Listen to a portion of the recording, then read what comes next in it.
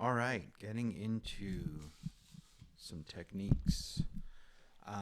So what we're going to do for this video is kind of working towards a project, but it's more of a skill that comes in very handy. So it is about tempo mapping, and I will explain what those things are. I kind of set myself up in this order. So we'll create a session. We're going to import an audio file. So we're actually going to bring in the song Smells Like Teen Spirit by Nirvana. We're going to import a MIDI file, which is essentially a MIDI bass track that I would like to, quote unquote, add to the song, actually kind of like a remix, so to speak. Not really. We're going to identify what issues there are with that MIDI bass part as it plays along to the audio. And then we'll kind of get into what exactly is tempo mapping, why are we doing it, and we'll get to it. All right, so let's imagine that you are creating a session. I would like for, let's not imagine, do it. I'd like you to call it tempo mapping. Come on. Tempo mapping with your last name on it, please. Make sure that it is 48 kilohertz, 24-bit. You can have interleaved clicked, which is just allowing the stereo audio tracks to be treated as one audio file instead of two. And hit create. And you will be right where I am, okay? We have our session, our default session tempo of 120. So I'm assuming that we've already downloaded the audio track. We've already downloaded the MIDI file into our downloads folder. So I'm going to go File, Import Audio, because the first thing I'm going to do is go get the actual song. It is in my Downloads folder, and here it is. Okay, so I'm going to convert that. It needs to be converted because it is an MP3 that is at 44, so it needs to go up to 48 and be converted to a WAV file. I hit Done. This is my destination folder. I hit Open. Okay. There's some things we need to do to this in order to start using it, so we'll jump right into that. Hit New Track, have it go to a new track. That is fine, and it's a little small for me right now, so I'm going to click here and make it medium.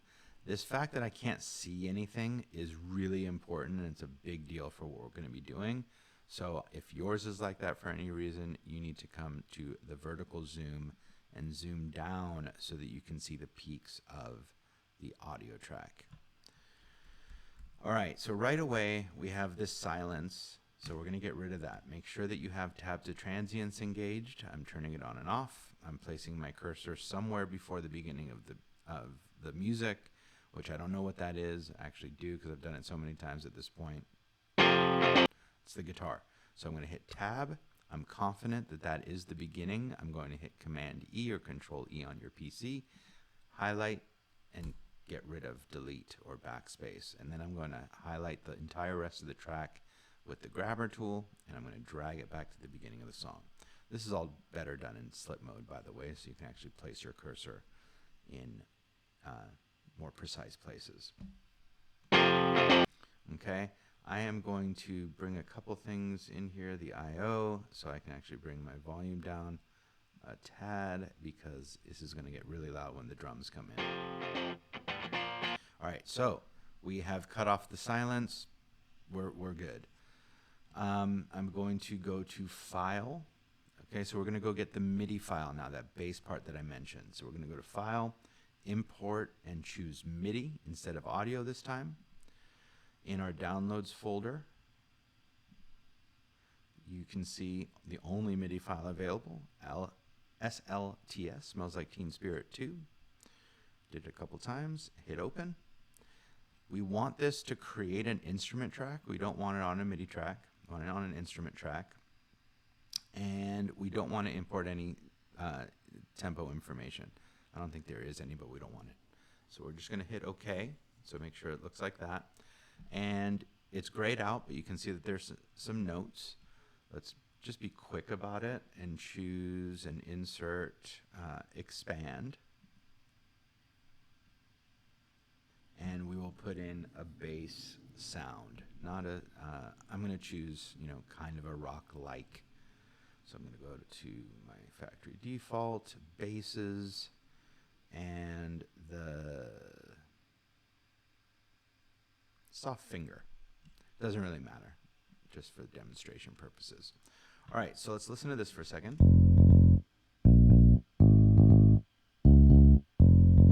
Okay, not too special, probably not exactly how the bass plays. The bass doesn't play in the beginning anyways, but for the purpose of this assignment exercise, it will. And then it goes into an eighth note section. Okay, so that's that. Now, I want this bass part to play to the guitar part and with everything. So let's see what they sound like together.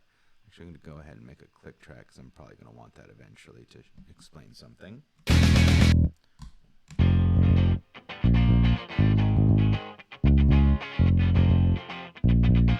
All right, hopefully you can tell that they are not in sync. And, you know, the bass part is playing much faster than the guitar part of the original song. So that's kind of like the problem. Now, how do we solve this problem? What we can do is identify the tempo, because basically this just isn't at 120. The bass line's playing at 120. It's faster than the guitar. So what is the guitar playing at? Now, what we could do is, where are my MIDI controls? I got to shift over there a little bit. Maybe I don't need to see the expanded transport. That's right.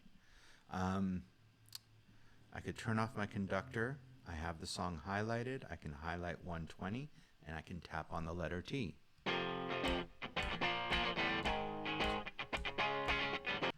I got 113 this time.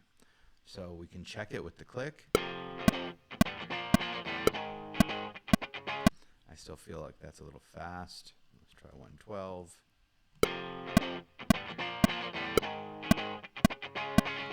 Maybe even 110. It's close. That sounds good. Now,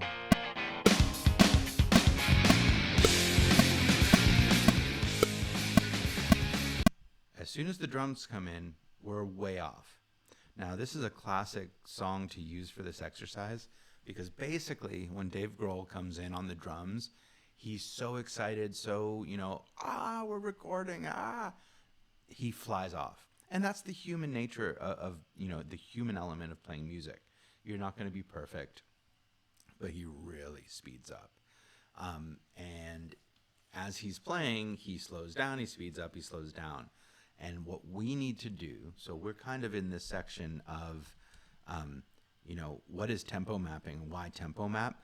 Well, the why actually comes first. How the heck are we going to get the bass line to match the music from the original if it keeps changing all the time? What we do is we create what's called a tempo map, which is a dynamic tempo that changes along with the music. So I'm going to put the conductor back on. You have to have the conductor on for this. So even though 110 was very close for the intro, it is not anywhere close as we get further along. All right, so how do we do this?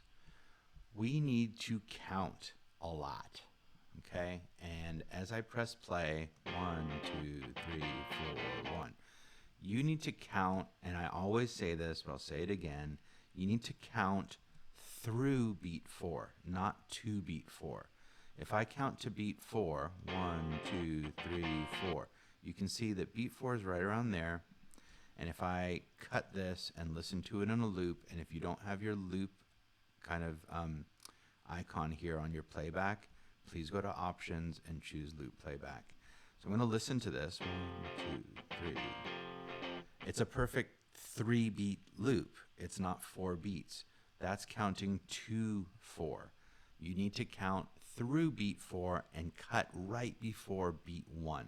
So what we're going to be doing essentially is going around, editing, going through the song, editing 1, sometimes 2 measure sections, clips that loop properly so that we can assign tempos to each of them. It is a bit of an arduous process, but once you get good at it, it's really easy. It makes your music sound way better for this context. And again, we're working towards a project that this will be relevant. So let's count through 4. 1, 2, 3, 4, 1. So right there is beat 1 of the next phrase of that guitar part. So I'm placing my cursor ahead of that transient. We're going to be using tab to transients a lot. And this is my basic process. I identify where I want to go. I go there. I listen to make sure that it's clean in terms of where it's starting. I hit Command E, or actually, I mean, you can always just edit, but separate at selection. I listen to this in a loop. So I highlight it not with the selector tool, but with the grabber, and I listen to it in a loop. Perfect. And I go on to the next one. 1, 2, 3, 4, 1. Okay, that's got that ch-ch-chong. So here, I place my cursor in front, tap to transient, listen, clean, cut, highlight, listen in a loop. Good. Keep going. 1, 2. Okay, this is really obvious. It's where the drums come in. Drums have super high and fast transients. They're very loud and short sounds. They decay quickly. So I can place my cursor, tab, listen, cut, highlight, listen. Perfect. Now these are going to get a bit louder. When the whole band is playing, the transients are a little bit harder to see, but I think it'll be fine. Okay, listen, listen. Perfect. 1, 2, 3, 4. There it is. Tab. 1, 2, 3, 4. Perfect. 1, 2, 3, 4. Okay, you can hear that kick drum. 1, 2, 3, 4. I know there's one coming up where I'm going to have to adjust, but I'll show you what I'm going to do. Okay, right there. All right, so here's the example. Tab to transients isn't catching this one. I want it right there. So I can do two things. I can go ahead and just eyeball it and kind of get right up to it. But I actually kind of don't want to do that for this. I'm going to do a 2-measure section so I can show you something. 1, 2, 3, 4, 2, 2, 3, 4. So this is beat 1 of, oh, interesting. It wouldn't catch, didn't catch that either. Let me think. Yeah, no, we got to get right there. And it doesn't want to do it either. Okay, so we are going to go ahead and place our cursor. We'll still do 2 measures, but we'll really have to be careful. So I like to kind of zoom in a lot because I'm in the habit of editing at the 0 crossing, but we're not moving these, so it doesn't really matter. But we do want to get it as close as we can to where we think that transient is starting. Okay, so I'm going to zoom back out a little bit. I'm going to hit Command E, and I'm going to listen.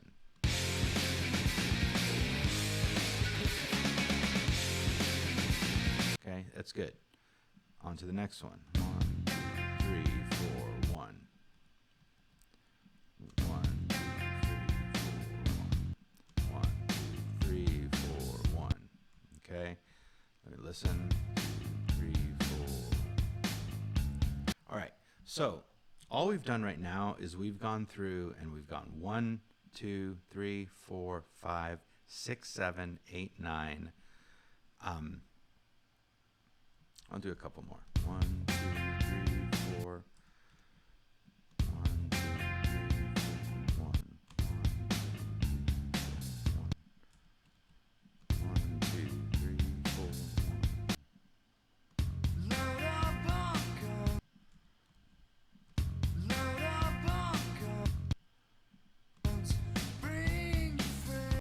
All right, I'm just doing a few more.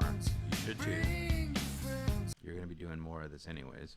I just want us to be able to get into some other parts of the song. Okay, so now what are we going to do to actually make this tempo conform When I say the tempo, I mean this ruler. How are we going to get what is saying it's static at 120, static meaning it's the same? How are we going to make that kind of follow changes in a dynamic tempo, one that is changing? And that is the process that we'll go through for tempo mapping. So what we're going to do is we're going to highlight the first clip, and really, really important, you guys, don't try and do this with the selector. You're going to leave pieces off, and that's going to cause problems. So grabber, smart tool, grabber comes up below that center line. Once you have that perfect one measure loop highlighted, you're going to go up to event and identify beat. And what this is telling us is it says that the selection, this clip, starts at beat 1 of measure 1. It is. We cut off the silence, we moved it back, it starts right on the beat. At 120 BPM, it's saying that our selection goes 365 ticks into measure 2, but it doesn't. I know this is just one measure. So what I'm going to do is tell it, this is wrong. This is right, 1, 1, 0, 0, 0. I'm going to highlight the number 2. I'm going to hit 2 on my keyboard, and it zeroes out everything else. So really, this is a perfect selection of one measure, from 1, 1, 0, 0, 0 to 2, 1, 0, 0, 0. And when I hit OK, you're going to see 120 change to 109, 5849. So that is very, very accurate.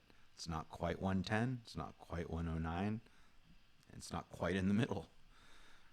And we're just going to go along the way and keep going. The quick key for identify beat on a Mac is Command-I or Control-I on a PC. I'm going to say this should be measure 2, so that's 2100 to 3100, and I get 110.2. Are these very far apart? They're not, and they are. They're not in that, if you think about it numerically, they're not. But musically, if you were to play this over time and just say, oh yeah, this is 109 and a half, eventually they would be out of sync with each other. And again, what we're trying to do is sync this bass part up to the original. Next one, Command-I, Control-I. This should say 41000. Okay, 110.6, so it's sped up just a little bit. Now the drums come in. This is where it gets interesting to me, fascinating in fact, but that's just me. Command-I, 4-1 to 5-1, and we're at 112. Okay, keep going, 5-1 to 6-1, 117, 6-1 to 7-1, 118. This is our 2 measure, so we need to be careful with that one. 7 to 9. That one looks like it stays pretty similar, 118. Okay, now things have slowed down, or at least energy-wise. It goes back to just drums and bass with a little guitar flourishes. So 9 to 10, 115. Okay, we're going to keep going. 10 to 11. These are all single. 115. Well, 115.8301. 11 to 12. 114.86. 12 to 13. 115.7. 4. 13 to 14. 115. 14 to 15. 116. Again, I'm not reading all the decimals. So I'm going to stop at 14. You're going to continue. And hopefully you see the changes, the differences. And, well, actually, before you just go on, let's see if this actually worked. So now, if I play the bass line to the original, here it's going to speed up.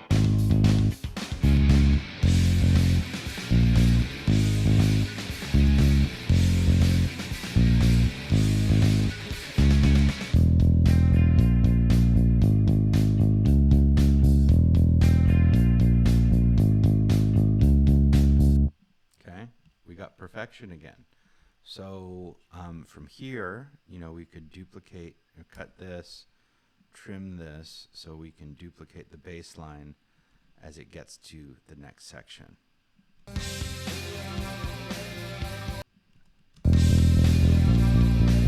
Okay, but you can see we're way off again.